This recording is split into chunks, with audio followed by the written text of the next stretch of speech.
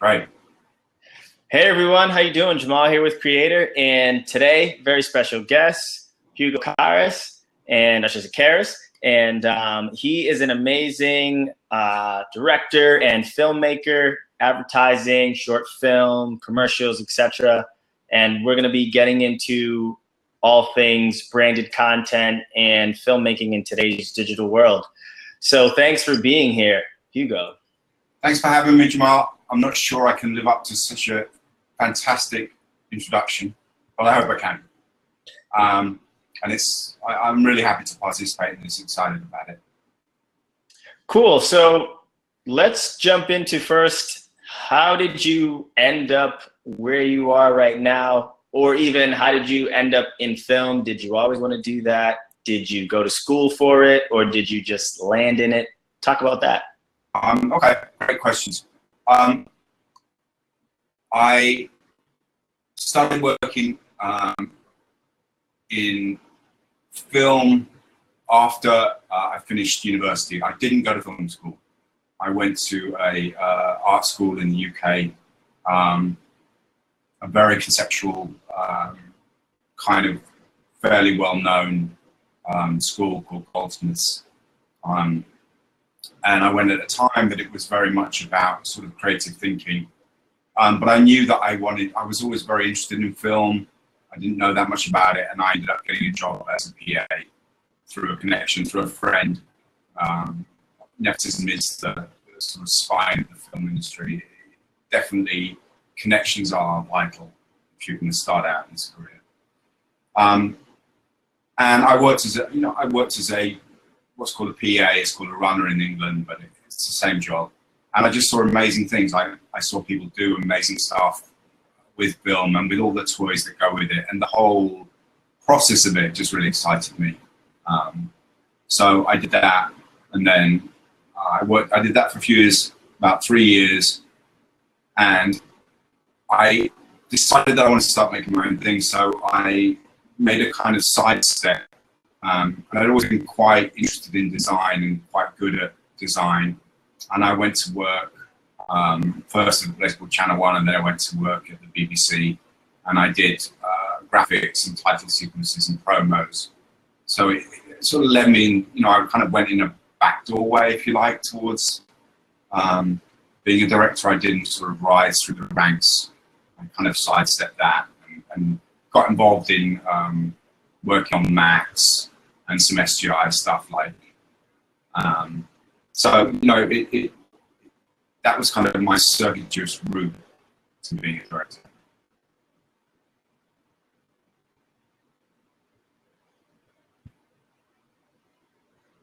And then as far as you taking that roundabout method, would you say that that has kind of helped you come up with your style, having done a little bit different things with graphics? Yeah. Good question. Yeah, very much so. My style is, I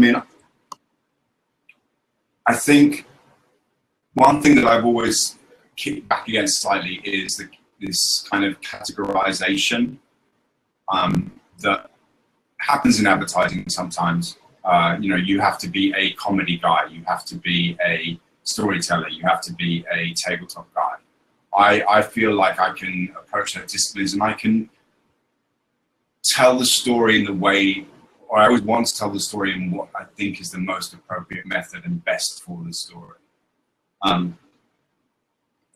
think production companies obviously have a hard time. There are a million people who want to, in the film business, be creative, so there is a need to do that, but I don't always like that. And to kind of circle back to it, the graphic thing had always played well for me. And when I was first starting out, maybe it was a little bit of a crutch. I could use that to shore up some other things that I perhaps wasn't so sure about. So I would make really beautiful graphic images, and I knew that people would gravitate towards that. And I would use that too. I would show stills, either on the back of my 5D, or if it was an expensive job, I'd take a few Polaroids and give them out. Little things like that. But yes, graphics is definitely my style, and that appeals to me. When I when I see graphic things. I like it. Yeah. And I think one thing that is interesting that you mentioned is in, I guess, advertising, people do kind of say, oh, well, this person does this person does that. But in film, especially nowadays, even with big budget films, they take an indie person, right, who shoots who knows what, and then they have them shoot something completely different in Marvel or etc.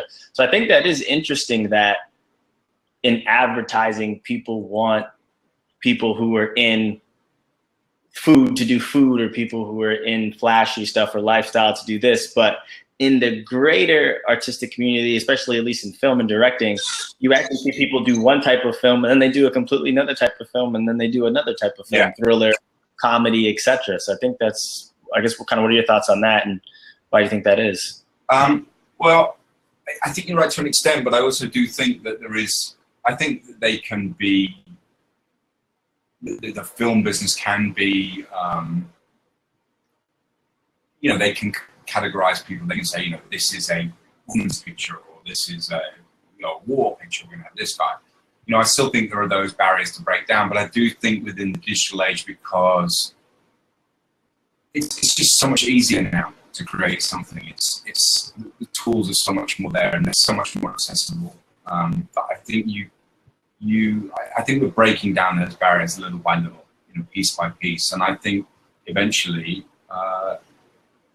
fresh voices will be heard in all, you know, across all things in the way that they are now.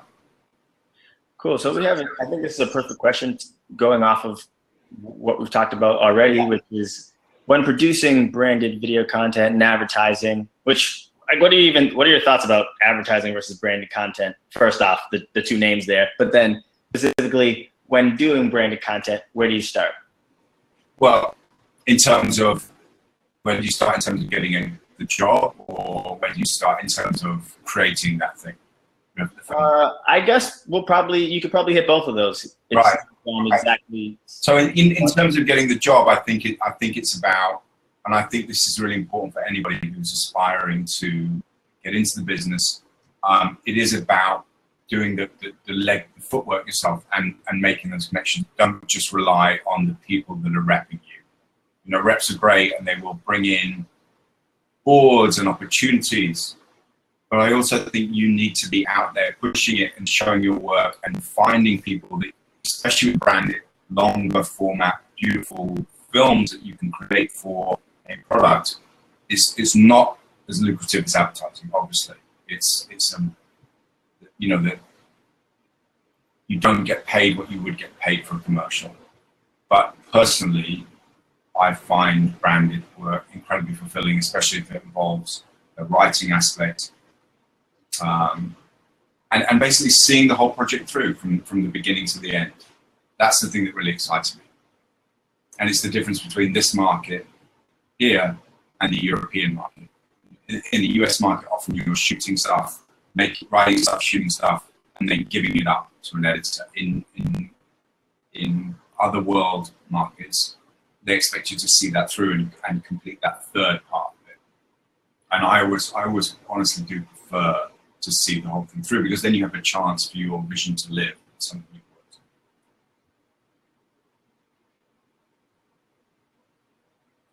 on. And kind of continuing that arc, mm-hmm. What is the process for taking the project or the pitch that's thrown your way, or the pitch that you've given to get the gig, and kind of working with the client to realize the vision? Right. I mean, I can give you an example of the thing I just did. You know, it was pitched to me as a documentary style, which is quite a sort of popular thing to say without really perhaps understanding what it means. But we found some people through social, and then kind of explored their lives a little bit through a Q&A session. That was recorded and questions were asked. I then took that initial series of questions and developed a framework to figure out what their story was. And once I had that framework, I was able to say, okay, so now they've said this in the interview. We want them to say something like this when they're interviewed. So we need to set up questions.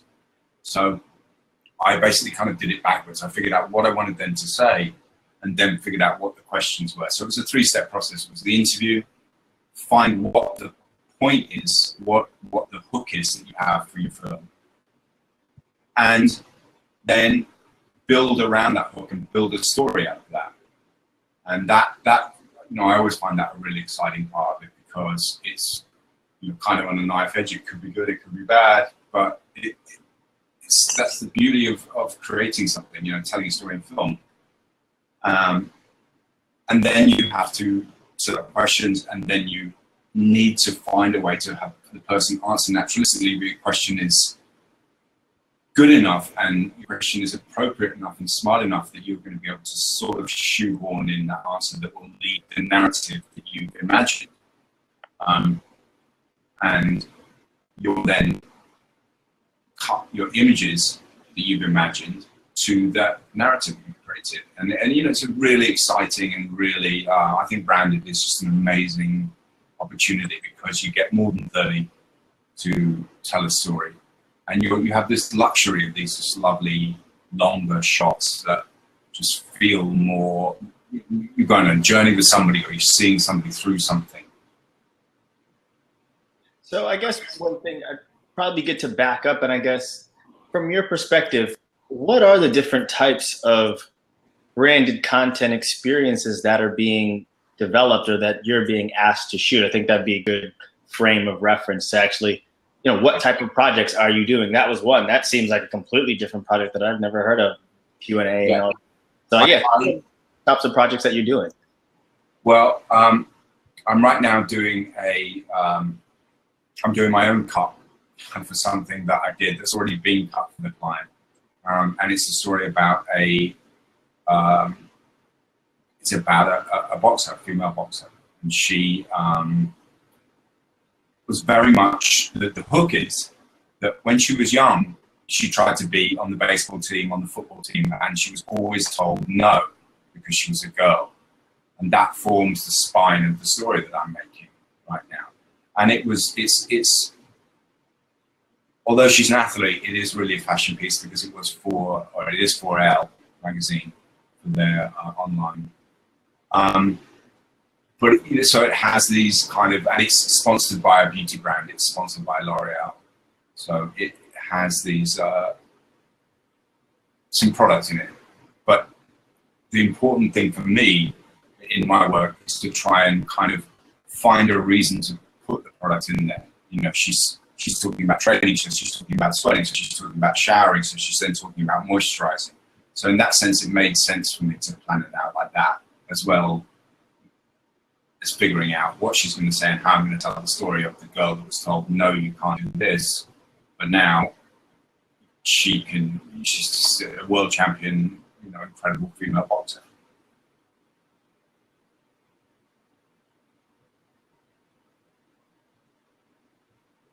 Any other examples of types of branded content? I know I've gone to your site, and we could probably bring that up just to point at some stuff eventually. But yeah, no, I mean,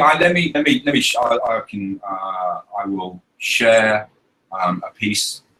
It's live on my site. You can see it. Yeah, I think that'd be lovely. So let me get it up.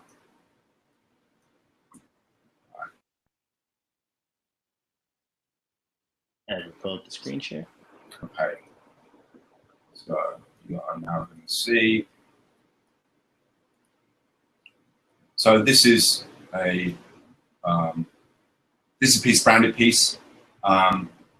It's about a surfer, and it's an incredible story. She did not learn to surf until she was 38 years old. So if you know, surfing is very difficult. It's something that looks really cool, and shooting this myself in the DP almost drowned on this. So there are some challenges to the smaller budgets, but it was a successful job.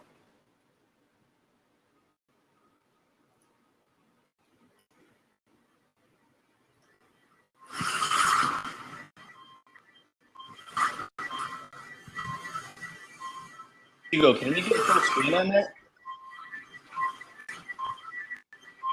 You know, actually, you know what? I can do it another way. I'm sorry. Let me see. Pull it up through Vimeo. Yeah, just so we can really be Yeah. immersed. Sorry, mate. No, totally cool. Okay. Right.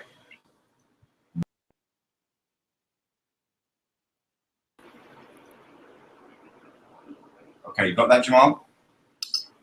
I'm not seeing anything at the moment. No? Did you do application window or did you do full screen? I did.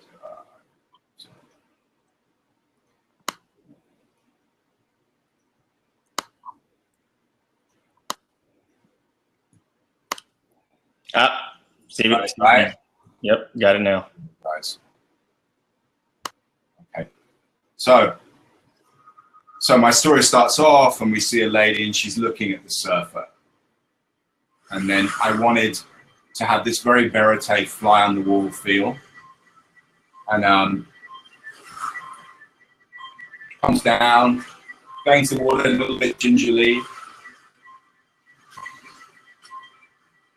And this was all just shot with a kind of cheap camera.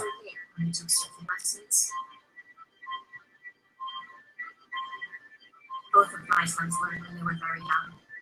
And if you see, that's the reason that she learned, because of her children.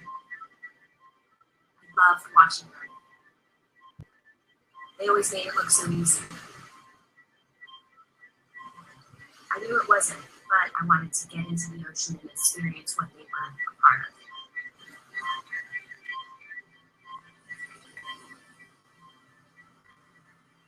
Catching that first wave finally successfully and feeling what they're feeling when they're paddling for a wave and when they're surfing, there's nothing like it. It's completely hooked. I've taken more than a few bumps and bruises on this journey, but it's a powerful thing. You step outside your comfort zone and experience something you wanted to try so desperately and stay with it. I think I've earned some respect for my voice for being able to do that. I want to be harsh, so skin hydration is absolutely important. I use both a revitalizer to keep my skin looking as youthful as possible and a moisturizer with SPF for protection. Having a love of surfing that is constant throughout my children and myself, and experiencing different cultures and countries is something that has definitely brought us closer. It may not be cool as a teenager to think that your mom's paddling out next to you, but for the most part, I do think they think it's kind of cool that your mom can do this. I'll go out certain days and completely crushed.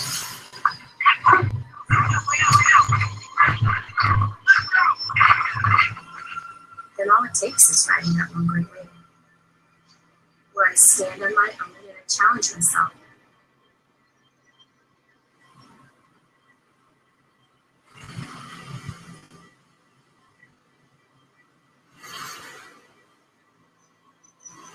It makes me feel better than ever.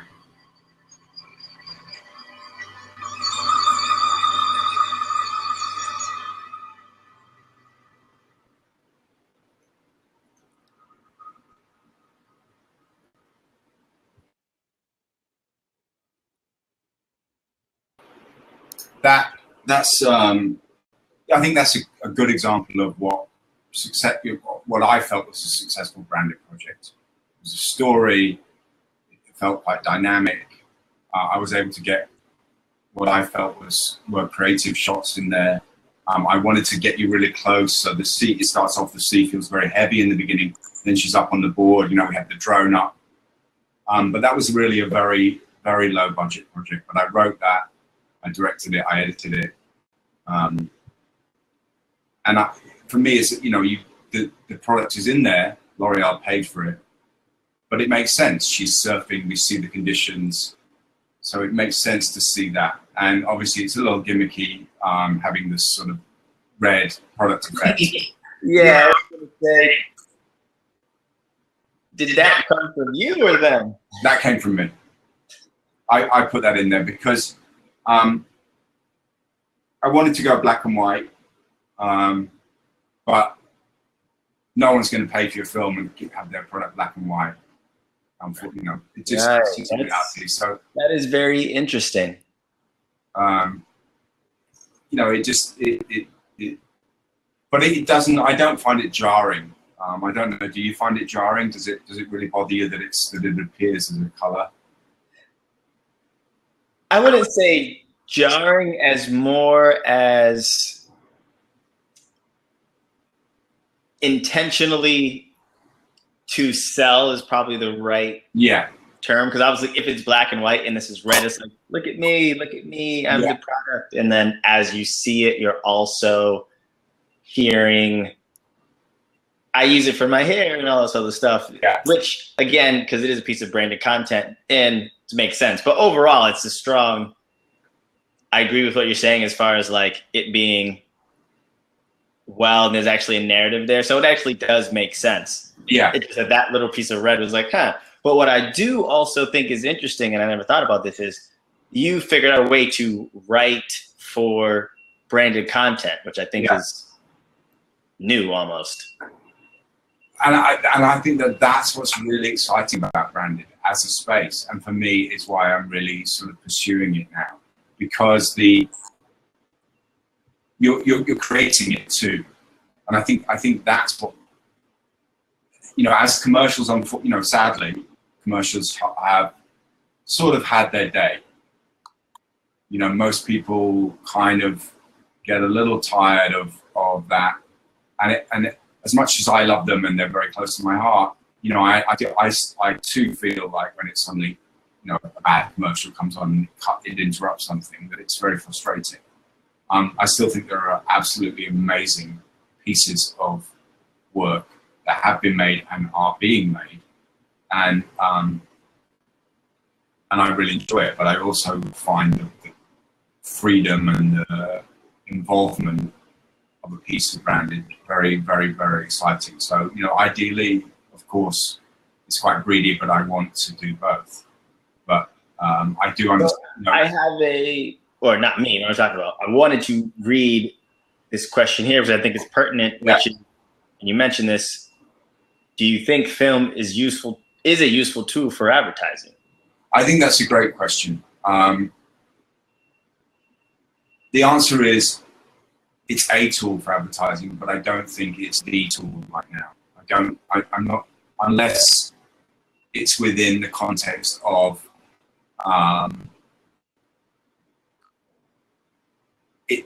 it being a wow film. I think that's what, there's sort of excitement that surrounds the Super Bowl films and the length of some of those. I think we have to sort of think about, where that exists. I do think in terms of the branded world and in terms of storytelling for advertising, as long as you're willing to say, look, I am going to pitch you something in this, but I'm going to make the best and most interesting story, then is the pitch that bad? Because you've elected to watch that. You've elected to go to a platform to see that. You've chosen it. I haven't interrupted it. I've made a film about something that you might be interested in. Like, I always think like, surfing images are cool. So I probably might click on a black and white surfing film. But at the same time, I am saying this is a film about this surfer, for L'Oreal. I'm telling you kind of up front. I give it a title, yes, but I use subtitles to sort of let you know what you're in for. And I think we straddle a fine line as creators, as people who want to make a living through film and branded work. And I think that at the heart of that, we just sort of have to be truthful about what it is we're doing. This kind of goes on another topic here, which is, do you see branded content as a way to address social stereotypes? In your opinion, how do you feel about the way women are depicted in branded content? It's another great question, and I'm going to second that first. I haven't seen enough work to say whether or not I feel like women are depicted in a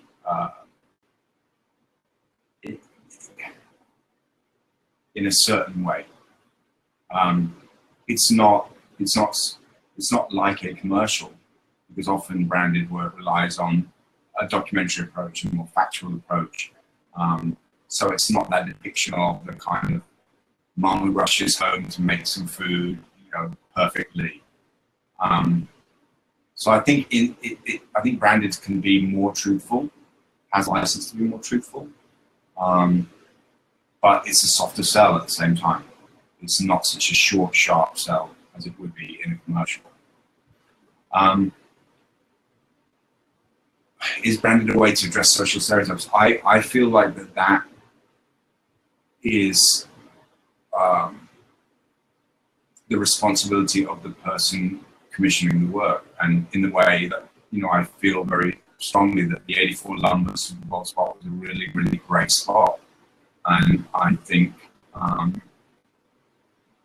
things like that, you know, little films like that address certain ideas. But again, you know, I can film address social stereotypes? I don't know. Can it be? Could that be addressed in a 2-minute or minute and a half film? Yes, it can. But you know, that would have to be a message and narrative that's continually reinforced for it to have an effect. So you also, in addition to doing branded content, maybe some advertising, you also do some short films and some personal work. Yeah, very much so. What's your ratio to personal work, films? Because obviously films take a much longer time span versus, as a good example, what would be the average length for a branded content piece as far as from beginning to end on the production cycle, and then on the short film side, for you? Great questions. For branded, I'm making my own personal.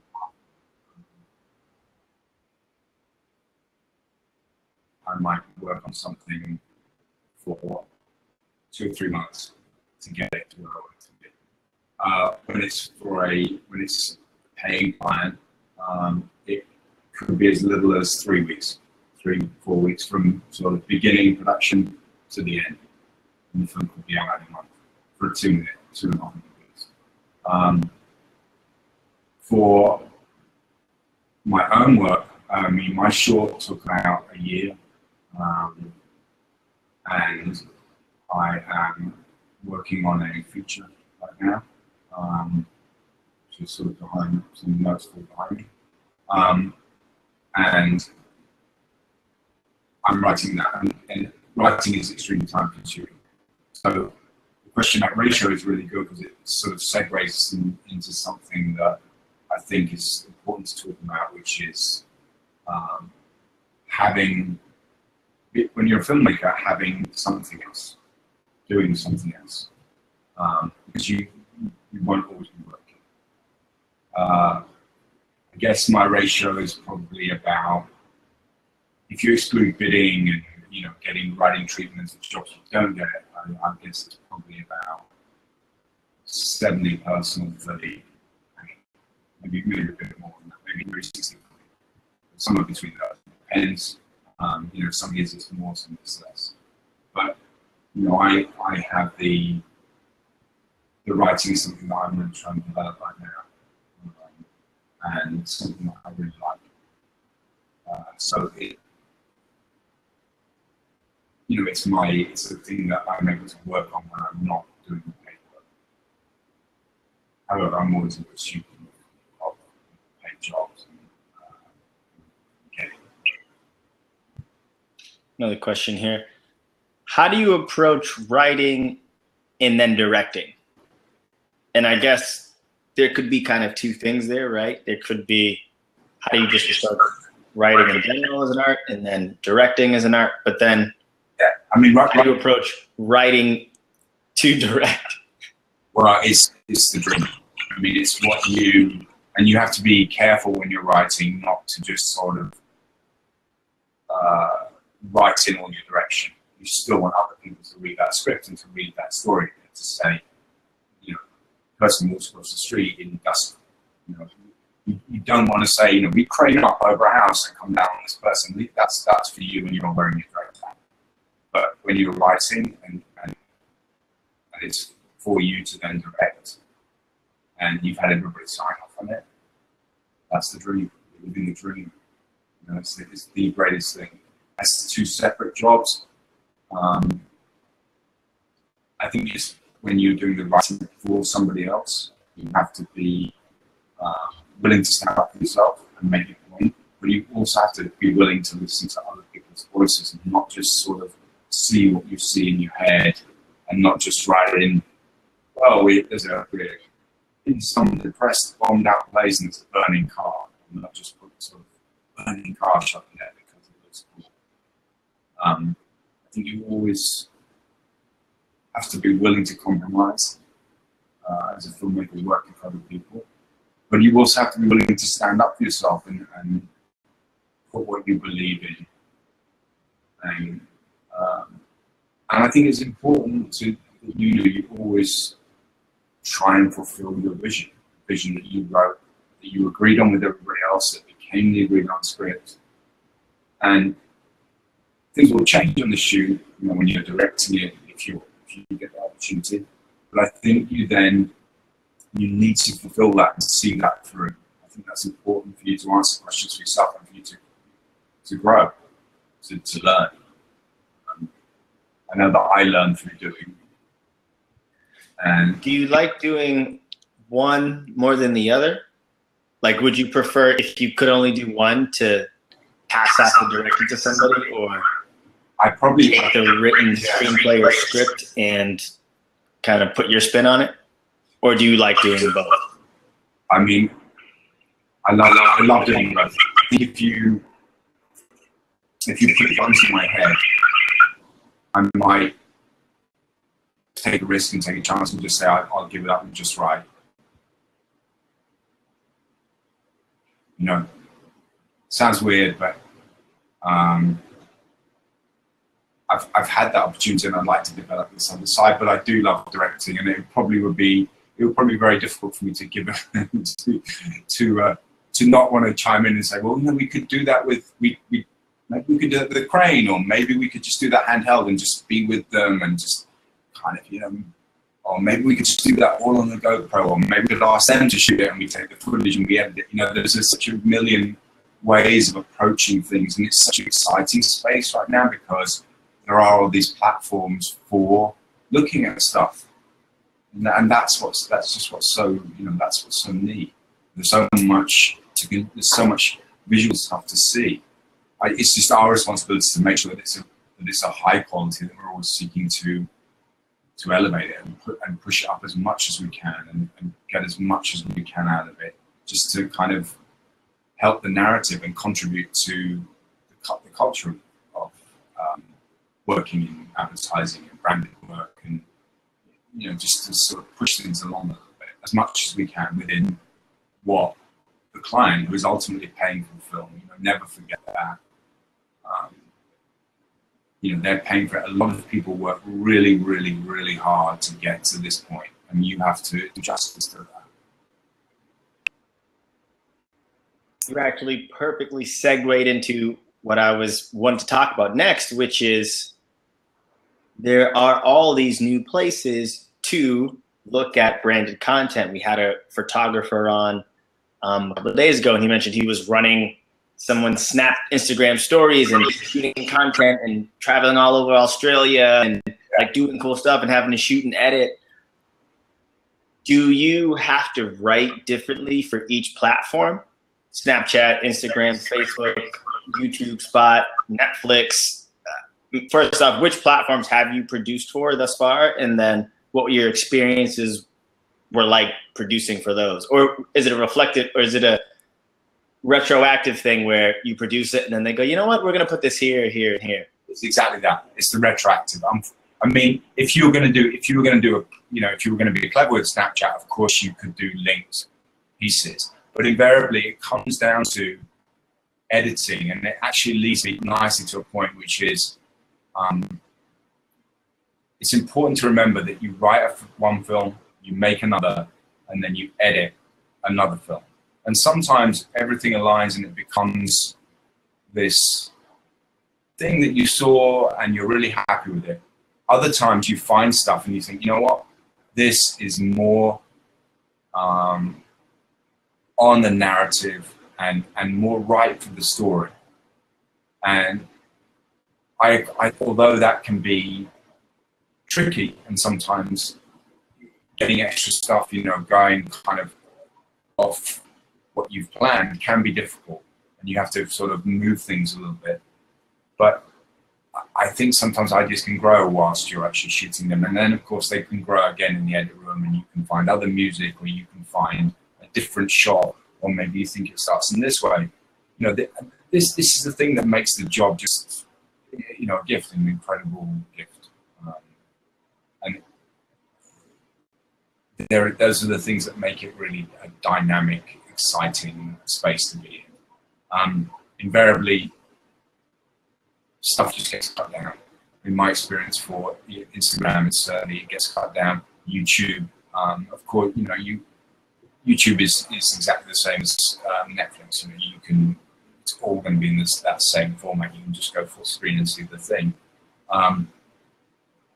But who knows what's in the future? I don't know. What's the next evolution of Netflix? And again, it's paired with technology, because things have advanced so fast and we've come so far from running rolls of film through cameras. Whatever evolves next, I think will basically, in some ways, drive the narrative, because people will figure out what they can do with that. And that's what's exciting.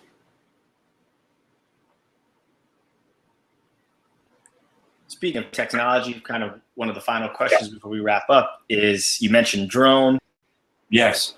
That's kind of now become a popular tool in filmmaking and photography. I guess talk about that a little bit. And then also there's VR, which is kind of becoming a little bit popular. Anybody got a VR? To do one. I'd love to do one. I went to the Frame Store, which is a really great post place here, and went to a VR demo, and I was wow. It was phenomenal. But back to your question, and it kind of segues me into something that I wanted to talk about, and perhaps it might be for another, a different event. But I think when you're making your work, one of the things that I think is really important is to make sure that you have your own voice, and not just sort of follow trends blithely. About it over the last kind of 2 years, flare was very in. Let's get some uncoated lenses and let's get flare. And it became this overused kind of way of making an image that lost its narrative power. It lost the thing it had, because you'd seen it so many times over. I think it's really important in the space right now where everything is so compressed in terms of the longevity and the life things have, because it's so broadly shared. It's our responsibility to always be seeking out new ways of expressing a narrative and telling a story. And that's what we are doing. We are sharing a story, we're telling a story. We're saying, give me your precious time, and I will tell you a great story. I will show you a great story. So I think it's up to us to really seek to find original ideas and original ways of telling that are with the theme of what it is you are doing, or what you are writing, or what you're shooting in your piece. I think theme should constantly weave its way through when you see something. And I think I'd like to sort of show an example of something that has what I think is a really strong theme, and it's from quite a long time ago, but it's about the person who made it. So I'm going to just pull that up. Yeah, I think that'd be great. Okay. Close it. Yeah, I think it'd be a great way to.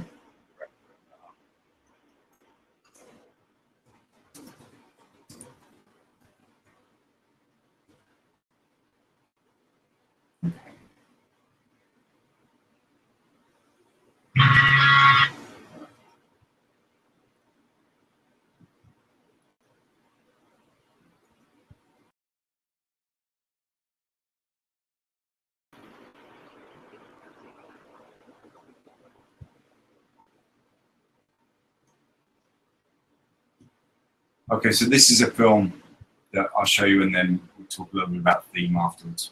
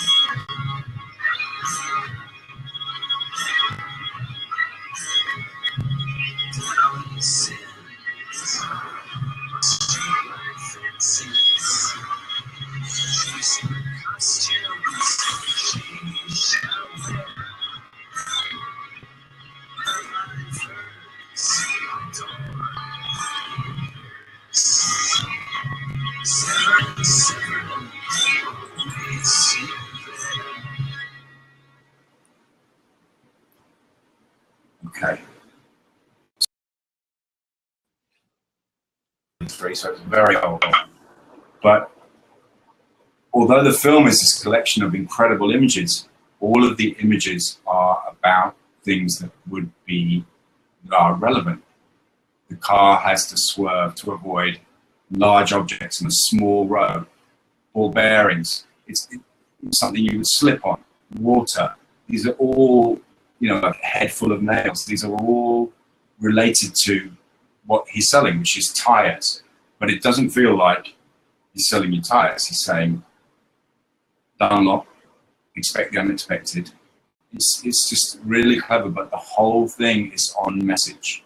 And that was made in 1993. So, he had the fire back then, which I know is quite, sometimes popular in commercials, but it's throughout. All of the images that he's picked are relevant. And as much as it may seem like an odd collection of images, I think it's an incredible piece of work because he's found things that are relevant. Admittedly, there is some dated stuff in there, some imperial format. There are some dated portraits which we wouldn't have now. But the crux of it is that when you're driving, there are these dangerous things on the road, and they are personified by slipping, or wet, or uncontrolled, or other hazards. And you get all of that from it. And I think that's just I think that's something to think about. You're not going to have that kind of budget. But in terms of what is your theme for selling car tires, the ad is absolutely on message. The film's on message, and it's beautiful to look at. And you won't forget it. I've never forgotten that ad. It's although like I say, there are dated things in it. I think theme in your work and being original, having your own voice is extremely, extremely important to make you stand out. Don't just see flares and shoot flares and try and replicate. Find a way to take your theme, make it in whatever format it is, whether it's comedy or drama or dialogue, and say what you want to say, but say it originally, because that's what will. That's the way to feel good about the work you're creating, and therefore, when you feel good about the work you're creating, you believe in it, and you're able to make convincing work.